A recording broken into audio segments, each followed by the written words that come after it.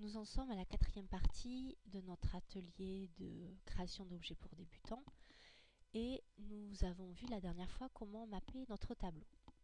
Nous allons revenir en quelque sorte un petit peu en arrière car afin d'apprendre à créer facilement un tableau, on a tous suivi le tutoriel de Maman Gâteau, donc on devrait se retrouver à peu près avec un tableau qui est de la même dimension.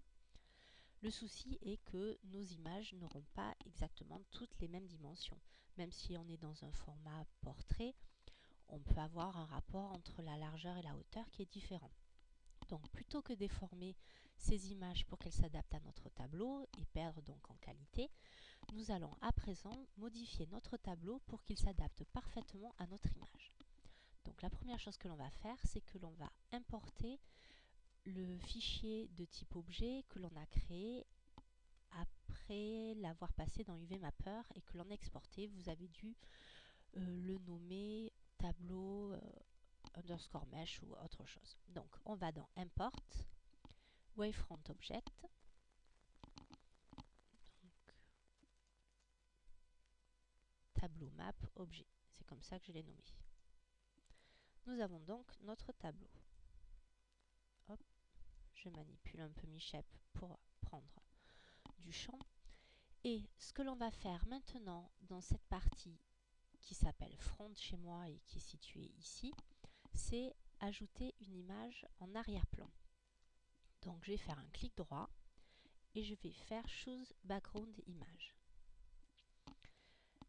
J'ai mis en référence un tuto qui montre comment créer un tableau sur mesure par rapport à cette image. Au final, on va utiliser la même technique, même si nous on le fait après coup. Donc ici, on va aller chercher l'image.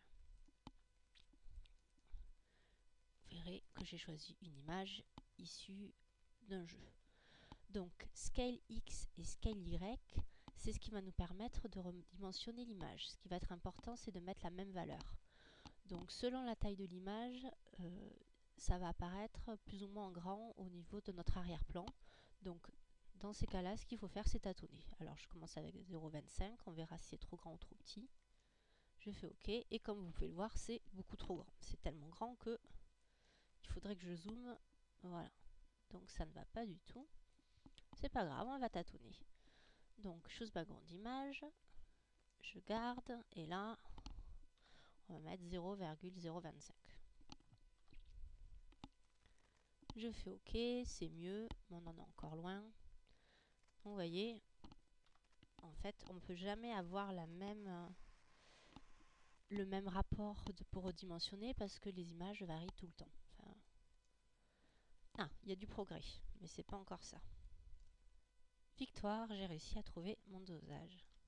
Par contre, comme vous pouvez le voir, il place l'image toujours au point 0 de X et de Y. Donc ce que l'on va faire, plutôt que déplacer notre cadre que l'on a bien positionné dans l'étape précédente pour qu'il corresponde aux mèches du tableau original, toujours dans Choose Background Image, ici nous avons la partie Offset X et Offset Y, ce qui va permettre de décaler de X cases. Vous voyez, hop, si je tape 1, mon image va venir se mettre ici pour X, et si je tape 1, elle vient se mettre ici pour Y. Donc, hop, moi je veux que mon milieu soit à, non pas à 2, mais 2 un peu moins. Donc on va taper sur 1,6. Donc c'est un loupé, 1,6, ça le met par le bas. Eh bien, c'est pas un souci. Choose background image et je lui mets moins offset Y. Et voilà, j'y suis enfin arrivée. Hop.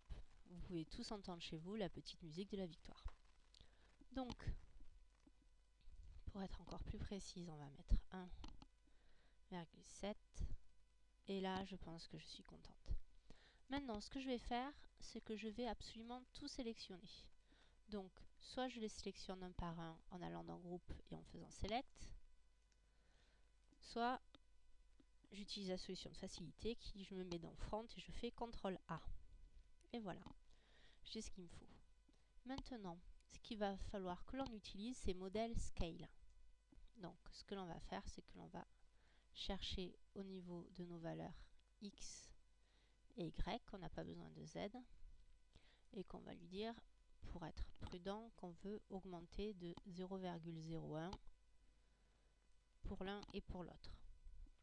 Et là, je clique sur Scale. Vous voyez, au niveau de ma largeur, j'ai ce qu'il me faut. Donc je vais décocher X et je vais juste me concentrer sur Y. Et je clique jusqu'à ce que ce soit parfait.